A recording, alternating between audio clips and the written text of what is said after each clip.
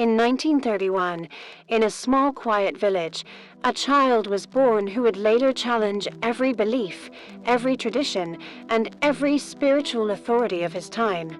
His name was Rajneesh Chandra Mohan Jain, the boy who would one day be known to the world as Osho. But long before he became Osho, he was a fearless, rebellious, and wildly curious boy. He would climb the tallest trees without any effort, sneak into forbidden books after school, and ask questions so sharp that even adults would feel uncomfortable. His path to awakening was never simple. It was rebellious, unpredictable, and at times, even dangerous. This journey would eventually lead him to one unforgettable night in 1953, the night his entire identity disappeared. For the first time, I was not alone. For the first time, I was no more an individual. But before that night, life would put him through intense tests that would shake his mind, his courage, and his understanding of death itself. Today, we're going to explore the early life and awakening of Osho. Rajneesh was born on December 11, 1931 in Kukwara, a small village in Raisan district of Madhya Pradesh. His father, Babalal Jain, was a cloth merchant, and his mother, Saraswati Jain, came from a traditional Jain family. He was the eldest among 11 children. Interestingly, he spent the first 7 years of his life not with his parents, but with his maternal grandparents. This decision would deeply shape his destiny.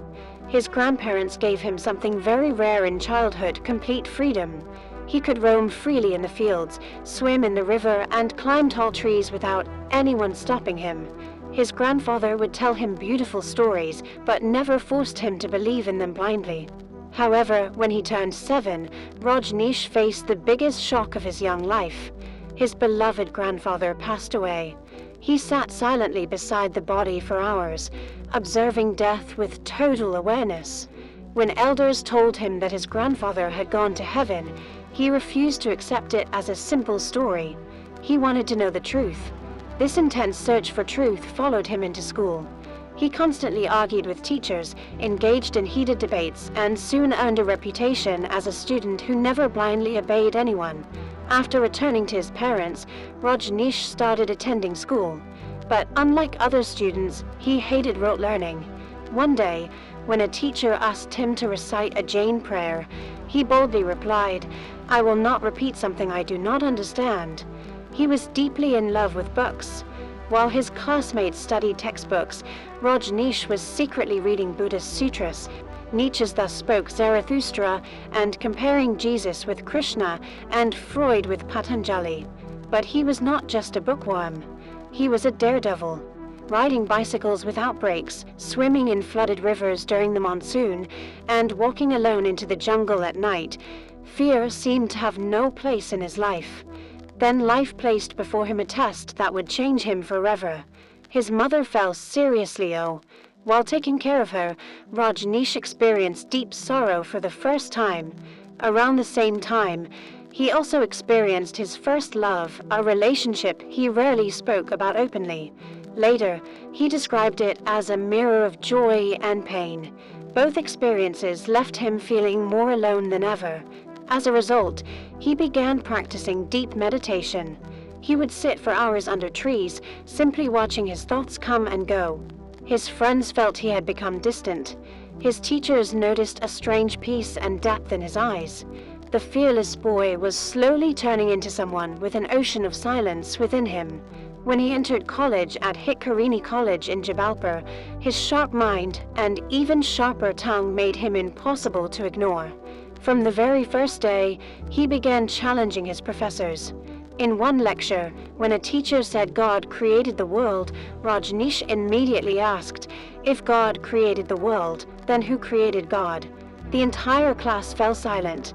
He later joined DN Jain College, where he dominated every debate. His speeches were fearless. He openly criticized socialism, nationalism, and religious superstitions. In 1953, he won the All India Inter-University Debating Championship. Meanwhile, his passion for reading turned into an obsession. It is said that Osho read over 1 lakh books in his lifetime, and this habit grew strongly during his college years. But while his public image was rising, a storm was quietly building inside him, a storm that would eventually take him to his enlightenment. By early 1953, Rajneesh's focus had shifted completely toward meditation. He began waking up before sunrise, sitting for hours in silence and speaking very little. His body became lighter, his breathing slower, and everything around him, sounds, colors, and light, started appearing more vivid and alive.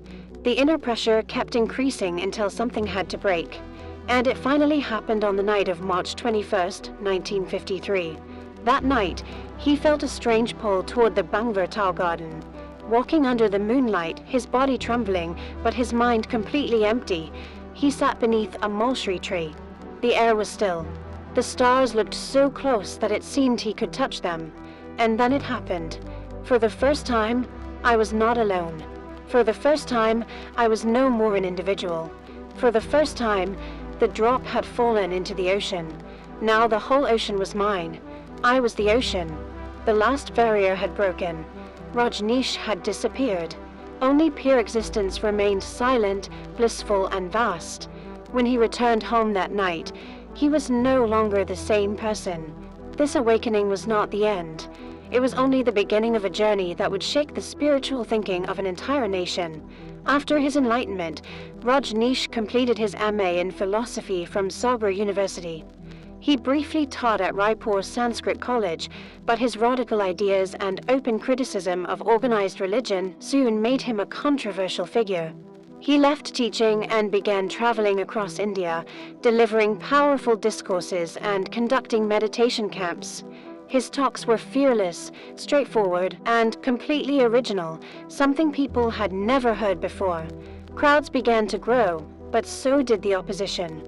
From a free-spirited child to a restless student, from a fearless debater to an enlightened master, Osho's early life shows us how powerful the courage to question can be. But this was only the first chapter. The world would soon know him not just as a truth seeker, but as a man who had the courage to live that truth, no matter what the cost. If you want me to make part 2 of Osho's incredible journey, let me know in the comments. Thank you for watching. Share your thoughts below.